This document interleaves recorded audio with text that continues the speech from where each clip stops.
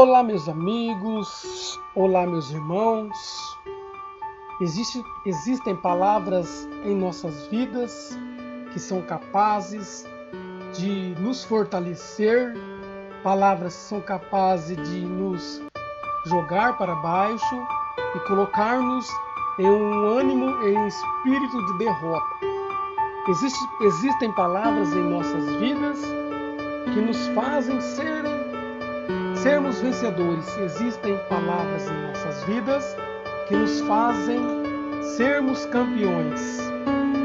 Da mesma forma, no sentido ao contrário, existem palavras em nossas vidas que nos fazem sermos perdedores, sermos pessoas frustradas, sermos pessoas fracassadas. Mas hoje eu quero vos dizer sobre uma palavra que tem o poder de mudar a sua vida. Uma palavra que tem o poder de tirar a pessoa do lixo e fazê-la assentar com os príncipes. Eu quero dizer uma palavra que é capaz de tirar a pessoa das mais profundezas do abismo do pecado e fazê-la ser um cidadão de bem.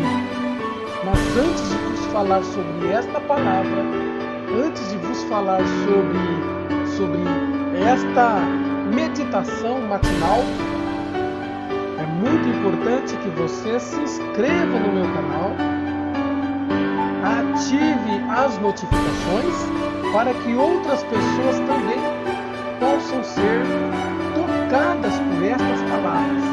Às vezes, você acordou no dia de hoje com pensamentos de derrota, com pensamentos de frustrações, mas eu quero trazer uma palavra para você, para mudar a alma e a forma que você está pensando. Vamos lá? Há muitos anos atrás, quando digo muitos anos, foi muitos anos mesmo, aproximadamente 2000 anos, 2021 anos, menos 33. Data provável do nascimento do Yeshua HaMashiach. Yeshua HaMashiach é o nome grego do menino chamado Emmanuel, Deus conosco, Jesus Cristo. E a Bíblia nos fala que Deus amou o mundo de uma tal forma, de uma maneira muito grande. O homem errou e condenado à morte estava. Mas Deus, por amor a você, por amor a mim, fez-nos uma promessa lá no Éden. A promessa esta que nasceria uma mulher e esmagaria a cabeça da serpente. Deus ele te ama de uma tal forma, o amor de Deus é tão imensurável, não tem como ser medido, que João, o discípulo, escreveu tal, porque não conseguiu dimensionar, numerar, poder colocar esse amor podemos dizer, em pratos para serem medidos, tal forma. Quem em sã consciência daria o seu filho para que morresse por um malfeitor? Mas Deus te ama. E talvez você acordou nesse dia de terça-feira, 5 de janeiro de 2021, com pensamentos de derrota, com pensamentos de fracasso. As coisas não estão caminhando como você gostaria que as estivesse caminhando. Mas eu quero lhe dizer que tem uma palavra que pode mudar a forma da tua vida. Vamos lá? O menino nasceu, é notório, a arqueologia prova a existência do menino Jesus, que houve um homem chamado Jesus, que teve uma influência, então é inegável a existência do Messias, do Jesus Cristo, Jesus, o que nasceu no Belém. Mas infelizmente, devido à razão da ciência, devido à comprovação A mais B, eles não ainda aceitam o Cristo, mas não conseguem negar, não conseguem podemos dizer, combater com o A mais B que o Cristo nasceu. Sobre o nascimento de Jesus, a arqueologia já disse, houve o nascimento de Jesus. Não há como negar o nascimento de Jesus. Não existe, a ciência não consegue negar a existência do nascimento de Jesus. Isso que eles não aceitam, porque vai de contramão aos pensamentos matemáticos e lógicos, é o Cristo. Mas isso não é a questão que eu quero vos dizer. O que eu quero vos dizer é que este homem, quando estava pendurado na cruz, disse várias palavras. Mas uma palavra é a palavra que vai mudar a história da tua vida. Porque Deus amou o mundo de uma tal maneira e deu seu Filho unigênito para todo aquele que nele crê não morra, mas tenha a vida eterna.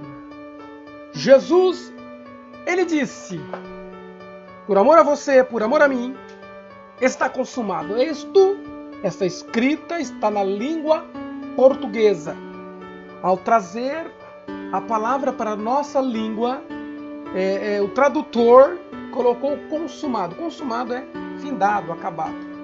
Mas a palavra grega para o estar consumado, que está registrada em João 19:17, mais especificamente 30, João 19:30, esse estar consumado na língua grega, porque o Novo Testamento foi escrito no grego, esse estar consumado na grego, vamos ler o texto?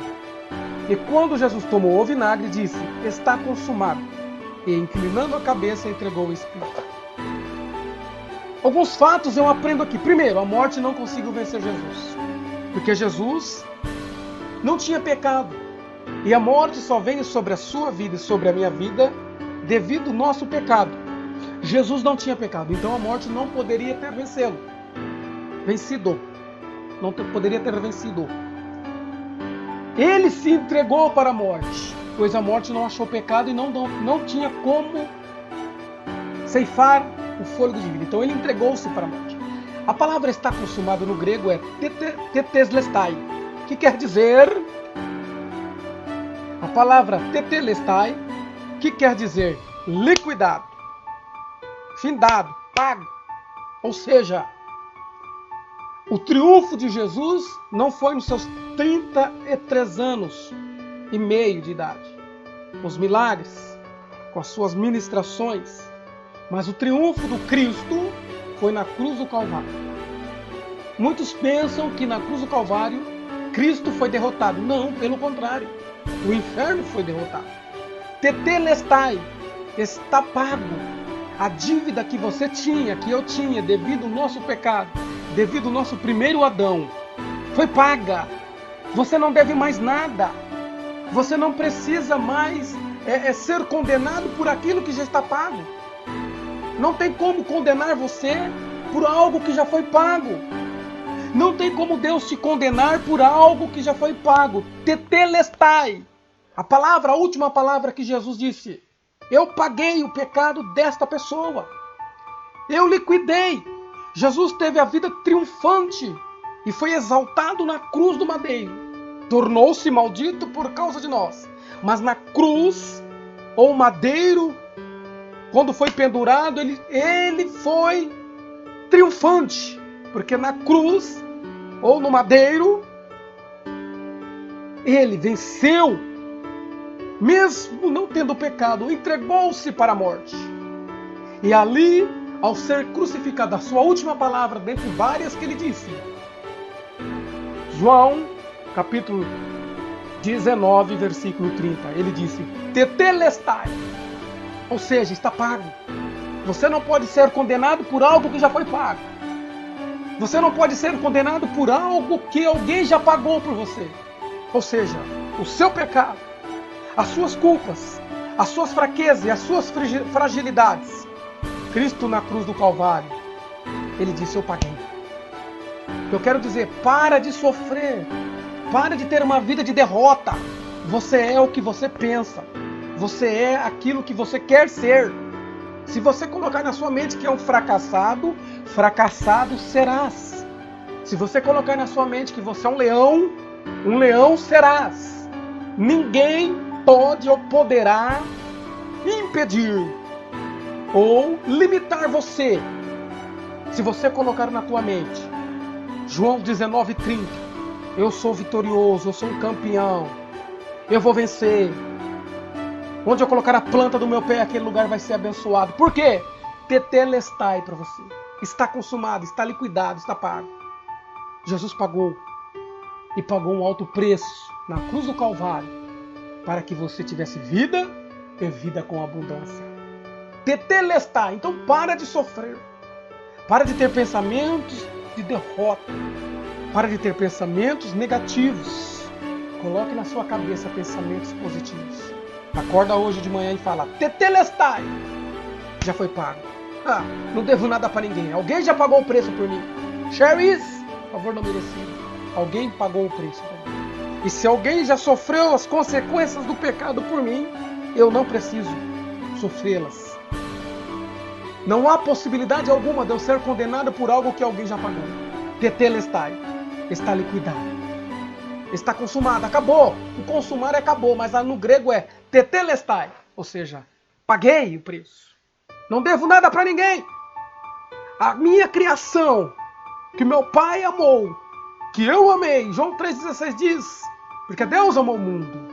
A Trindade amou o mundo de uma tal forma que deu teu Filho unigênito. E esse Filho unigênito teve uma vida vitoriosa, uma vida triunfante, mas na cruz do Calvário ele foi exaltado. Na cruz do Calvário, por mais vexatória que fosse, por mais vergonhosa que fosse, ele foi exaltado. Porque na cruz do Calvário ele consumou o ato do amor, do projeto que ele veio. Ele não veio para o mundo para curar pessoas. Não, isso aí foi bônus. Ele veio no mundo para morrer na cruz do Calvário. Para que você e eu tivéssemos vida e vida com abundância. Mas o interessante, melhor ainda, ao morrer na cruz, ao entregar-se para a morte, porque se você observar, o corpo de Jesus não sofreu putrefação. 3 dias na sepultura emprestada, pois ali não ficaria. Não sofreu putrefação. As bactérias decompositoras não adentraram no corpo de Jesus. O corpo de Jesus não sofreu nenhum tipo de putrefação ou de decomposição natural, porque a morte e o pecado não tinham poder sobre ele. Ele desceu às profundezas do inferno, né? O Hades, no grego, Hades, Sheol, né? Sheol é o inferno, mas o Tártaro, ele desceu no Tártaro, que é aramaico, ou no Hades, que é grega. O grego, Hades, tem uma passagem na Bíblia que fala sobre o rico e o Lázaro, que ambos viam um ao outro, e um estava em tormenta e o outro estava em abundância, que é o seio de Abraão. Jesus pregou, lá em 1 Pedro, pregou os espíritos em cativeiro, ou seja, ele pregou para aquelas pessoas que não ouviram a voz de Noé, que durante 100 anos pregava que o mundo seria destruído. E Jesus veio e falou, eu sou a pregação de Noé. Levou consigo cativos, cativeiros, aquele que dormiu com ele, e instaurou naquele momento o paraíso. Dimas, o primeiro vida louca a ser perdoado por Jesus, Jesus disse, hoje estarás comigo no paraíso. Pegou a chave da vida e da morte e ressuscitou. E hoje ele vive na sua vida e na minha vida. Tetelestai para você.